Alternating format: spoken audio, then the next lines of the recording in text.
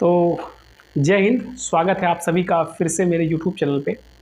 तो दोस्तों, आज के वीडियो में मैं आपको एनसीईआरटी से रिलेटेड चीज़ों के बारे में बात करूँगा कि यूपीएससी का प्रिपरेशन जब कोई स्टूडेंट स्टार्ट करता है, तो सबसे पहला क्वेश्चन उसका होता है कि स्टार्ट कहाँ से करूँ? और वो यूट्यूब पे और भी किसी सोशल मीडिया प्लेटफ़ॉर्म पे या किसी के द्वारा बात करने के बाद ये जानकारी हासिल कर लेता है कि सबसे इम्पोर्टेंट है, सबसे शुरुआती करना एनसीईआरटी को पढ़ना।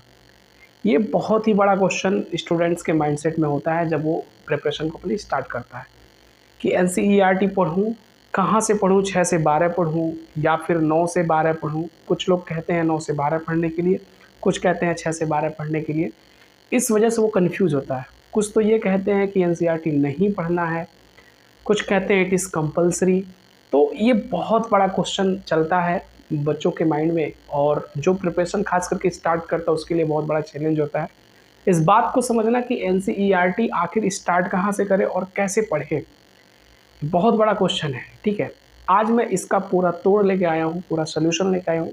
आपका प्रश्न मतलब मेरा प्रश्न, और मैं आपको सारे प्रश्नों का जवाब देने वाला हूँ इस वीडियो में। तो चलिए वन बाय वन स्टार्ट करते हैं इस वीडियो में एनसीईआरटी के बारे में। फर्स्ट ऑफ ऑल, अगर आप बिगिनर हैं, जो प्रिपरेशन कर चुका है या फिर कर रहा है, 1-2 साल हो गए हैं, तो उन्हें बताने की ज़रूरत नहीं है, वो इतनी बातें समझ लेता है।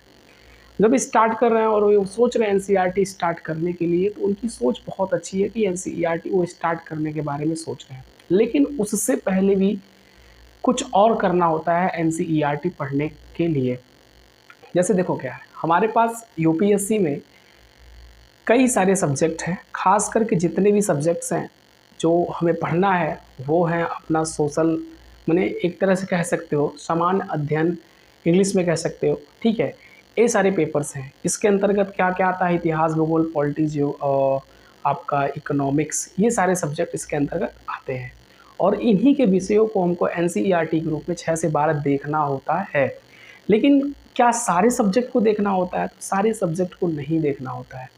अच्छा, सारे सब्जेक्ट को, अच्छा किसी भी इंडिविजुअल अगर एक सब्जेक्ट लेते हैं, इतिहास, भूगोल कोई भी लेते हैं, उसको पढ़ने से पहले क्या करना होता है? देखो, मेरे हिसाब से अगर आप बिगिनर हो, ठीक है, अगर आप बिगिनर हो, प्रिपरेशन को अभी स्टार्ट कर रहे हो और ज़्यादा टाइम नहीं बीता है, अभी शुरू कर रहे हो, बच्चा क्या होता है ना, इंटर में वो ह्यूमैनिटीज़ के सब्जेक्ट नहीं पढ़े होते हैं, यानी इतिहास, भूगोल, पॉलिटी जैसे सब्जेक्ट्स को नहीं पढ़ा होता है।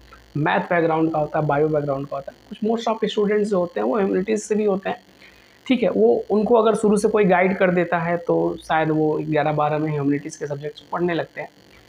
तो 10 तक वो इतिहास, भूगोल, पॉलिटी को पढ़े होते हैं और उसका पेपर भी दिए होते हैं। कोई भी बच्चा हो, ठीक है, वो किसी भी बैकग्राउंड का हो, वो 10 तक का इतिहास, भूगोल, पॉलिटी, इकोनॉमिक्स पढ़ा होता है। लेकिन दिक्कत ये आती है जब वो एनसीईआरटी क्लास 6 का पढ़ना शुरू करता है, क्लास 7th और 8th का पढ़ना शुरू करता है, तो उसको प्रॉब्लम आना शुरू हो जाता है, समझ नहीं पाता है किताबों को। ये सच्चाई है, कोई कितना भी कह ले, ये सच्चाई है ना? आप जब एनसीईआरटी पढ़िएगा तो आपको समझ में आएगा कि जो मैं बोल रहा हूँ कितना इसमें सच्चाई है, ठीक है? तो उससे पहले, किताब पढ़ने से पहले, आप उस कहानी को पहले किसी के माध्यम से जानो। जैसे आपको इतिहास की एनसीईआरटी पढ़नी है, तो एक बार रनिंग क्लास इतिहास का कर डालो किसी भी टीचर से। मैं हमेशा हर वीडियो में आपको कहता हूँ कि आप 30 मार मत बनने की कोशिश कीजिएगा। आपका टाइम वेस्ट होगा, कॉन्सेप्ट क्लियर नहीं होगा। अपने कॉन्सेप्ट को क्लियर करने के लिए आपका मेन उद्देश्य होना चाहिए यूपीएससी को क्रैक करना। उद्देश्य आपका ये बन जाता है, ईगो बन जाता है कि नहीं मैं खुद पढ़ सकता हूँ, ठीक है, आपका ईगो जायज़ है, लेकिन आपका मेन टारगेट है यूपीएससी क्रैक करना। और उस यूपीएससी के रिक्वायरमेंट को फुलफ़िल करने के लिए अगर मुझे स्वयं पढ़ना पड़े, किसी के माध्यम से पढ़ना पड़े, तो मैं पढ़ूँगा। ये आपका अप्रोच होना चाहिए। तो आप फर्स्ट ऑफ ऑल एनसीईआरटी पढ़ने से पहले इतिहास, भूगोल, पॉलिटी कोई भी विषय का एनसीईआरटी पढ़ने की कोशिश कर रहे हो, तो सबसे पहला काम आप करोगे किसी भी एक टीचर से, यूट्यूब तो यार भंडार है, ठीक है, हर विषय का। यूट्यूब पे जाकर के किसी एक टीचर से क्लास करो। अब इसमें दिक्कत आ रहा है कि सर एनसीईआरटी का क्लास करूं या फिर ऐसे फाउंडेशन टाइप का कोई क्लास करूं। आपकी जो इच्छा हो, अगर एनसीईआरटी की क्लास मिल गई तो आप एनसीईआरटी कर डालो, और फाउंडेशन मिल गई तो फाउंडेशन। मेरा जो सजेशन है वो है खान सर की क्लास। मैं बहुत ही अगर हिंदी मीडियम का स्टूडेंट है या फिर किसी भी बैकग्राउंड का है, खान सर के लैंग्वेज और खान सर के समझाने का तरीका बहुत ही अच्छा है, बहुत ही बेहतरीन समझाते हैं। निचले स्तर का भी स्टूडेंट उनकी बातों को समझ लेता है। तो मैं यही कहूँगा कि आप पहला जो शुरुआती 4 महीना है, उस 4 महीने में आप खान सर के सारे विषय कर डालो। यूट्यूब पे सारा प्लेलिस्ट अवेलेबल है, आप सारा कर डालो। आप इतिहास कर डालो, पॉलिटी, इकोनॉमिक्स सारा कर डालो। उसके बाद ये सारा जब कर लेते हो क्लास, तो आपको जो एनसीईआरटी पढ़ने वाली मैटर है कि एनसीईआरटी पढ़ा जाए कि ना पढ़ा जाए, वो आपका ख़त्म हो जाएगा वहीं। आपको एनसीईआरटी पढ़ने की ज़रूरत नहीं पड़ेगी। हाँ, एनसीईआरटी की ज़रूरत है, लेकिन एनसीईआरटी पढ़ने की ज़रूरत नहीं है, कुछ पॉइंट्स पढ़ने की ज़रूरत है। ओके ना? उसको मैं समझाता हूँ कि क्या पढ़ना होता है फिर। जैसे क्या है कि जब आप क्लास खान सर से या किसी एक टीचर से कर लेते हो, आपकी क्लास जब कंप्लीट हो जाती है, तब आप जो है एनसीईआरटी की बुक उठाओ। ऐसा नहीं है कि आपको एनसीईआरटी की बुक नहीं उठानी है, उठाओ और एक रनिंग पढ़ना है। मतलब ऐसे हेडिंग बाय हेडिंग देखने चला जाना, हाँ इसके बारे में दिया, हाँ इसके बारे में तो खान सर ने बताया, इसके बारे में खान सर ने बताया। एक रनिंग देखते हुए जाना है। और रनिंग देखने के बाद, जैसे कि मैं बता रहा हूँ, मेरे पास देखो एनसीईआरटी की बुक है, ठीक है, ये क्लास 11th की भौतिक भूगोल के मूल सिद्धांत, वेरी इंपॉर्टेंट बुक है, ये आपको पढ़ना चाहिए। आप देखो यहाँ पे एनसीईआरटी मेरे पास बुक है। आप जब इस लेसन को पढ़ोगे ना, अभी क्या है कि मैं अगर पहला इसमें लेसन जो खोलूँ इसमें, ठीक है, कोई एक लेसन मैं खोल देता हूँ ताकि, हाँ, लेसन का नाम है पृथ्वी की आंतरिक संरचना। अब खान सर आपको अपने क्लास में, भूगोल का है, खान सर अपने क्लास में आपको भूगोल की सारी बातें, पृथ्वी की आंतरिक संरचना के बारे में सारी बातें समझा दिए होंगे, सारा कॉन्सेप्ट आपका क्लियर है। बस करना क्या है, इसके हेडिंग को देखना है और एक बार रनिंग में इसको पढ़ना है। अब जब पढ़ोगे ना इस किताब को, एनसीईआरटी वाली किताब को, तो आपको सारी बातें बहुत ही अच्छे से समझ में आएगी। क्यों? क्योंकि ऑलरेडी आपका कॉन्सेप्ट क्लियर हो चुका है। पृथ्वी की आंतरिक संरचना में एनसीईआरटी में कुछ और, खान सर कुछ और, कोई इवन कोई टीचर पढ़ा है ना, कोई अलग ऐसा कुछ नहीं है। सारा कंटेंट, सारा कॉन्सेप्ट एक ही है, कोई अलग नहीं बताने वाला है, चाहे एनसीईआरटी पढ़ लो या किसी टीचर से पढ़ लो, तो कॉन्सेप्ट सेम रहेगा। जब उसको आप किताब को जब इसको पढ़ोगे ना, तो आप बहुत बेहतरीन समझ पाओगे। एनसीईआरटी पढ़ने का मतलब क्या होता है, इसको समझो। एनसीईआरटी जब आप पढ़ते हो तो इसमें कुछ शब्द होते हैं, वर्ड यूज किए गए होते हैं, जो गवर्नमेंट के द्वारा चुने गए शब्द होते हैं। गवर्नमेंटेड बुक है, गवर्नमेंट के द्वारा चुना गया शब्द होता है। गवर्नमेंट यूपीएससी का एग्जाम लेती है, वो अपने शब्दों का यूज करती है क्वेश्चन में। और अगर उन शब्दों से हमारा अगर भेंट नहीं हुआ रहेगा, तो हम उन शब्दों को समझ नहीं पाते हैं। यही रीजन है कि हर टॉपर कहता है एनसीईआरटी पढ़ो। पृथ्वी की आंतरिक संरचना से क्वेश्चन अगर आ गया, खान सर ने आंतरिक संरचना के बारे में पढ़ा रखा है, आप जानते भी हो, वही एनसीईआरटी जो पढ़ा है वो कहता है कि ये सवाल एनसीईआरटी से आया है। आपको एनसीईआरटी पढ़ना है इसके शब्दों को चुनने के लिए। पहला चीज़, जो इसमें कुछ बेहतरीन शब्द दिए गए हैं, जो गवर्नमेंट चुन के रखा है, एग्ज़ाम टाइम पे वही शब्दों का प्रयोग करता है। ये पहला काम है एनसीईआरटी का। रनिंग में आपको पढ़ना है, अभी मैं बताऊंगा कि कौन कौन से विषय में क्या क्या पढ़ना है, बता दूंगा, ठीक है। रनिंग में पढ़ना है, आपका कॉन्सेप्ट दोबारा रिवीजन होगा, राइट ना। उसके बाद से जो इम्पोर्टेंट होता है वो होता है इम्पोर्टेंट, इस चैप्टर जब एक ख़त्म होता है, जैसे मैंने पहला चैप्टर लिया पृथ्वी की आंतरिक संरचना, और ये जब चैप्टर ख़त्म होता है ना, तो इस चैप्टर के अंत में अभ्यास प्रश्न होते हैं। सारे एनसीईआरटी बुक में यही है।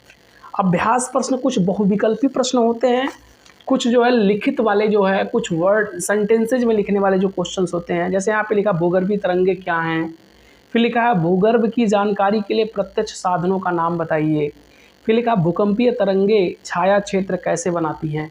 इन प्रश्नों का जवाब आपको आना चाहिए। आप इन प्रश्नों का जवाब करने जाओ, यानी कि इन प्रश्नों को सॉल्व करो। एनसीईआरटी का प्रश्न आप सॉल्व कर ले जाओ, कॉन्सेप्ट आप किसी भी टीचर से क्लियर कर लो, बुक को एक बार रनिंग पढ़ लो, और इनके प्रश्नों को खूब अच्छे से बखूबी बहुविकल्पी और इसके प्रश्न जो अंदर हैं उसको सॉल्व करो।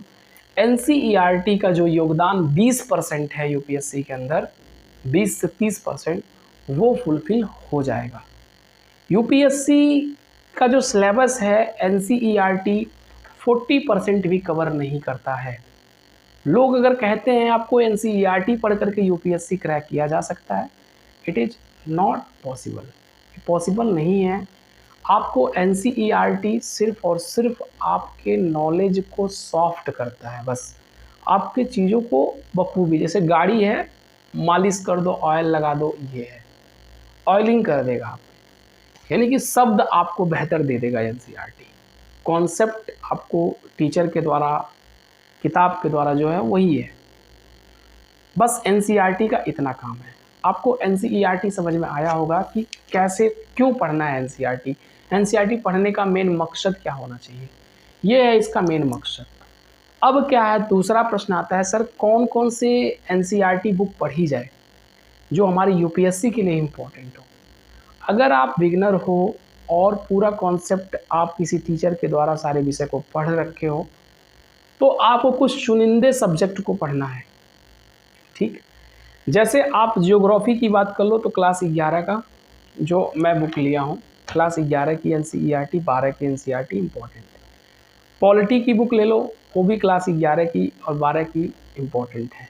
इसी प्रकार से हिस्ट्री का ले लो तो 11-12 इम्पोर्टेंट है। अगर हिस्ट्री का 6 से 12 भी पढ़ लोगे तो भी कोई दिक्कत नहीं है।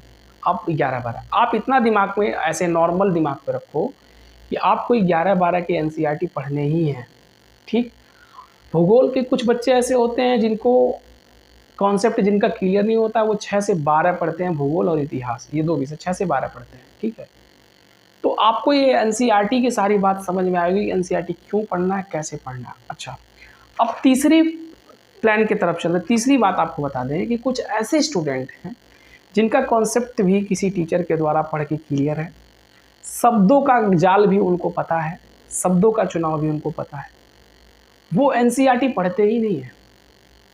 वो ऑनलाइन क्लास अपना यूपीएससी का ले रखे हैं या फिर ऑफलाइन क्लास ले रखे हैं, उसके अंदर जा कर के अपना पढ़ाई करते हैं।